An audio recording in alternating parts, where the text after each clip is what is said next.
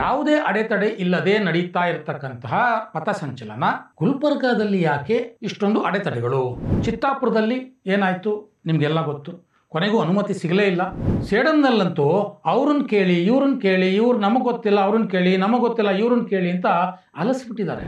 ಬೇರೆ ಯಾವ ಸಚಿವರು ಮಾತಾಡ್ತಾ ಇಲ್ಲ, ಪ್ರಿಯಾಂಕ್ ಖರ್ಗೆ ಅವರೊಬ್ಬರೇ ಮಾತಾಡ್ತಿದ್ದಾರೆ ಅಂತಂದರೆ ಅದರ ಹಿಂದೆ ಏನಿದೆ? ಹಾಗಾದರೆ ನವೆಂಬರ್ ಕ್ರಾಂತಿಗೂ ಪ್ರಿಯಾಂಕ್ ಖರ್ಗೆ ಅವರ ಈ ಒಂದು ನಡವಳಿಕೆಗಳಿಗೂ ದಿಢೀರ್ ನಡವಳಿಕೆಗಳಿಗೂ ಏನಾದರೂ ಸಂಬಂಧ ಇದೆಯಾ?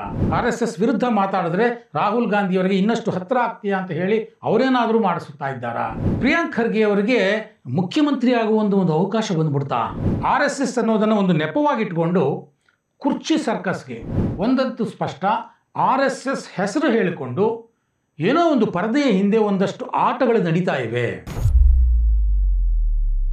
ಸ್ನೇಹಿತರೆ ನಮಸ್ಕಾರ, ಹೊಸದಿಗಂತ ಡಿಜಿಟಲ್ ಚಾನಲ್ಗೆ ಸ್ವಾಗತ.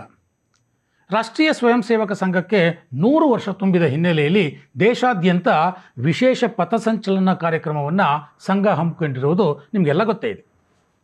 ರಾಜ್ಯದಲ್ಲೂ ಸಹ ಬೇರೆ ಬೇರೆ ಜಿಲ್ಲೆಗಳಲ್ಲಿ, ಬೇರೆ ಬೇರೆ ತಾಲೂಕುಗಳಲ್ಲಿ, ಗ್ರಾಮೀಣ ಮಟ್ಟದಲ್ಲಿ ಎಲ್ಲ ಕಡೆ ಈ ಪಥಸಂಚಲನ ನಿರಂತರವಾಗಿ ನಡೀತಾನೇ ಇದೆ. ಬಹಳಷ್ಟು ಕಡೆ ಶಾಂತಿಯುತವಾಗಿ ಈ ಪಥಸಂಚಲನಗಳು ನಡೆದಿವೆ ಸರ್ಕಾರದ ಅನುಮತಿಯೊಂದಿಗೆ.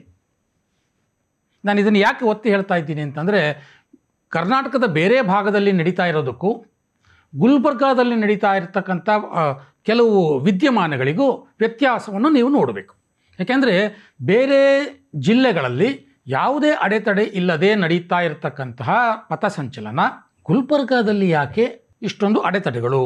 ಸಹಜವಾಗಿ ನಮಗೆಲ್ಲರಿಗೂ ಗೊತ್ತಿರೋ ಹಾಗೆ ಪ್ರಿಯಾಂಕ್ ಖರ್ಗೆ ಗುಲ್ಬರ್ಗಾದ ಉಸ್ತುವಾರಿ ಸಚಿವರು. ಸೊ ಹಾಗಾಗಿ ಅಲ್ಲಿನ ಸ್ಥಳೀಯ ಆಡಳಿತದ ಮೇಲೆ ಪ್ರಿಯಾಂಕ್ ಖರ್ಗೆಯವರ ಮಾತುಗಳು ಏನಿದೆ, ಮಾತುಗಳು ಏನು ಆಡ್ತಾ ಇದ್ದಾರೆ, ಅದು ಪ್ರತ್ಯಕ್ಷವಾಗೋ ಪರೋಕ್ಷವಾಗೋ ಅವ್ರ ಮೇಲೆ ಪ್ರಭಾವ ಬೀರಿರೋದರಲ್ಲಿ ಸಂಶಯನೇ ಇಲ್ಲ. ಅಂದರೆ ಗುಲ್ಬರ್ಗಾ ಜಿಲ್ಲೆಯ ಸ್ಥಳೀಯ ಆಡಳಿತ ಒತ್ತಡದಲ್ಲಿದೆ ಅನ್ನೋದು ಇದರಿಂದ ಸ್ಪಷ್ಟ ಆಗುತ್ತೆ. ಚಿತ್ತಾಪುರದಲ್ಲಿ ಏನಾಯಿತು ನಿಮಗೆಲ್ಲ ಗೊತ್ತು. ಕೊನೆಗೂ ಅನುಮತಿ ಸಿಗಲೇ ಇಲ್ಲ. ಬಂಟಿಂಗ್ಗಳನ್ನು ರಾತ್ರೋರಾತ್ರಿ ತೆಗೆಸಿದ್ರು. ಅವರು ವೋಚರ್ ಹಾಕಿ 6,000 ರೂಪಾಯಿ ವೋಚರ್ ಕಟ್ಟಿದರೂ ಕೂಡ ಅಲ್ಲಿ ಪಥಸಂಚಲನ ಮಾಡೋಕ್ಕಾಗಲಿಲ್ಲ. ಈ ಹಿಂದೆ ವೋಚರ್ ಕಟ್ಟಿಸ್ಕೊಂಡ್ರೆ ಅದಕ್ಕೆ ಅರ್ಥ ಅದು ಅನುಮತಿ ಸಿಕ್ಕಿದೆ ಅಂತ ಅರ್ಥ, ಹಿಂದಿನಿಂದ ನಡ್ಕೊಂಬಂದಿರೋದು. ಆದರೆ ಈ ಬಾರಿ ಹಾಗಾಗಲಿಲ್ಲ. ರಾತ್ರೋರಾತ್ರಿ ಬಂದರು, ಎಲ್ಲ ಬಂಟಿಂಗ್ಸು, ಭಗವಾ ಧ್ವಜ ಎಲ್ಲವನ್ನೂ ತೆಗೆದರು. ಆಮೇಲೆ ಕೋರ್ಟ್ಗೆ ಹೋದರು. ಆಮೇಲೆ ಕೋರ್ಟ್ನಲ್ಲಿ ಒಂದು ವಿಚಾರಣೆ ಆಯಿತು. ನವೆಂಬರ್ 2ಕ್ಕೆ ಮಾಡ್ತೀವಿ ಅಂತ ಹೇಳಿದ್ದಾರೆ ಸಂಘದ ಕಡೆಯಿಂದ. ಇನ್ನು ಸೇಡಂನಲ್ಲಂತೂ ಅವ್ರನ್ನ ಕೇಳಿ ಇವ್ರನ್ನ ಕೇಳಿ, ಇವ್ರು ನಮಗೆ ಗೊತ್ತಿಲ್ಲ ಅವ್ರನ್ನ ಕೇಳಿ, ನಮಗೆ ಗೊತ್ತಿಲ್ಲ ಇವ್ರನ್ನ ಕೇಳಿ ಅಂತ ಅಲಸ್ಬಿಟ್ಟಿದ್ದಾರೆ. ಸ್ಥಳೀಯ ಪೊಲೀಸ್ನವ್ರನ್ನ ಕೇಳಿದ್ರೆ SP ಕೇಳಿ ಅನ್ನೋದು, SP ಕೇಳಿದ್ರೆ ಜಿಲ್ಲಾಧಿಕಾರಿನ ಕೇಳಿ ಅನ್ನೋದು, ಜಿಲ್ಲಾಧಿಕಾರಿನ ಕೇಳಿದ್ರೆ 1 ನಿಮಿಷ ವೆಯ್ಟ್ ಮಾಡಿ ಅನ್ನೋದು, ಮತ್ತು ಸ್ಥಳೀಯ ಪೊಲೀಸ್ನವ್ರನ್ನ ಕೇಳಿದ್ರೆ ತಹಸೀಲ್ದಾರನ ಕೇಳಿ ಜಿಲ್ಲಾಧಿಕಾರಿಗಳ ಪ್ರತಿನಿಧಿ ಅನ್ನೋದು. ಹೀಗೆ 4 ಗಂಟೆಗೆ ಪಥಸಂಚಲನ ಇದೆ ಅಂತಂದರೆ ಹಿಂದಿನ ದಿನ ರಾತ್ರಿ 2 ಗಂಟೆವರೆಗೂ ಹೀಗೆ ಸತಾಯಿಸಿದ್ದಾರೆ. ಯಾಕೆ ಅನ್ನೋದು ಬಹುಶಃ ನಿಮ್ಗೆ ಈಗಾಗಲೇ ಗೊತ್ತಾಗಿದೆ. ಜಿಲ್ಲಾ ಉಸ್ತುವಾರಿ ಸಚಿವರ ಮಾತುಗಳು ಏನಿದೆ ಅವು ಸಹಜವಾಗಿ ಸ್ಥಳೀಯ ಅಧಿಕಾರಿಗಳ ಮೇಲೆ ಪ್ರಭಾವ ಬೀರಿರುತ್ತೆ ಅಲ್ವಾ?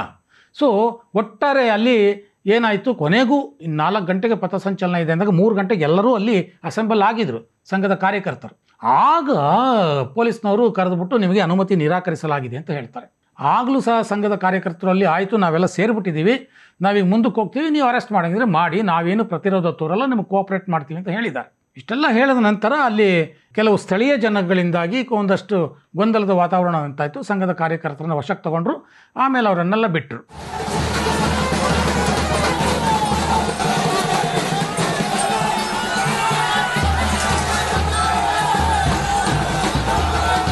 ಇದು ಅಲ್ಲಿಗೆ ಮುಗೀತು. ಆದರೆ ನನಗೆ ಇಲ್ಲಿ ಪ್ರಶ್ನೆ ಇರುವಂಥದ್ದು, ಬೇರೆ ಎಲ್ಲೂ ಆಗದಂತಹ ಅಡ್ಡಿ ಗುಲ್ಬರ್ಗಾ ಜಿಲ್ಲೆಯಲ್ಲಿ ಯಾಕೆ ಅಂತಂದರೆ ಪ್ರಿಯಾಂಕ್ ಖರ್ಗೆ ಅವರು ಅಷ್ಟು ಖಡಕ್ಕಾಗಿ ರಾಷ್ಟ್ರೀಯ ಸ್ವಯಂ ಸೇವಕ ಸಂಘದ ವಿರುದ್ಧ ಮಾತಾಡ್ತಿದ್ದಾರೆ.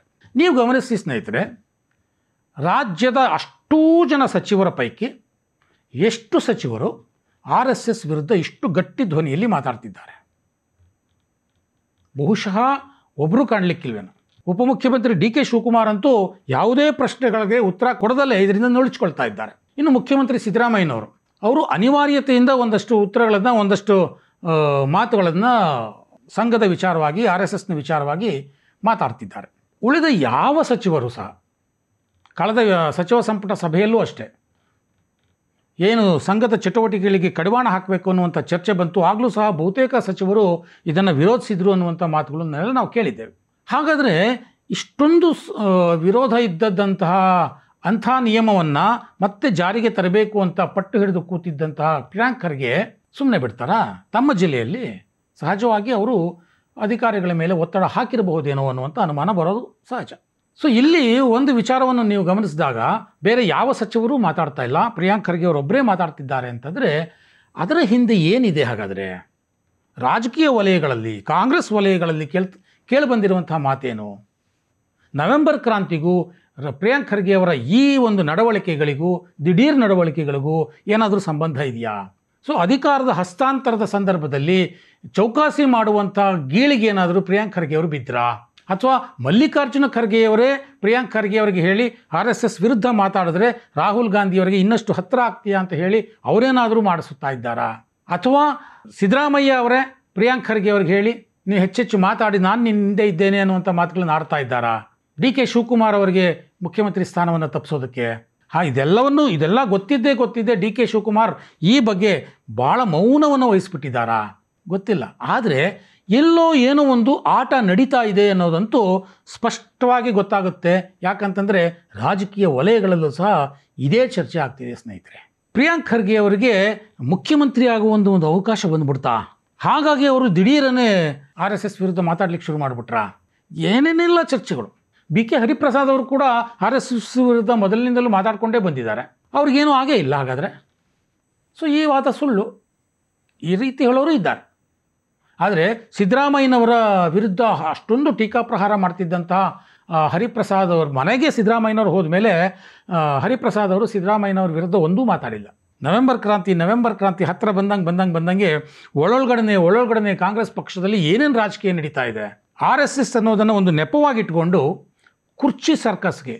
ಕುರ್ಚಿ ಪೈಪೋಟಿಗೆ ದೊಡ್ಡ ಮಟ್ಟದಲ್ಲಿ ಒಂದಷ್ಟು ಗಾಳವನ್ನು ಹಾಕುವಂತಹ, ಕಾಲೆಳೆಯುವಂತಹ ಪ್ರಯತ್ನಗಳು ನಡೀತಾ ಇದೆಯಾ?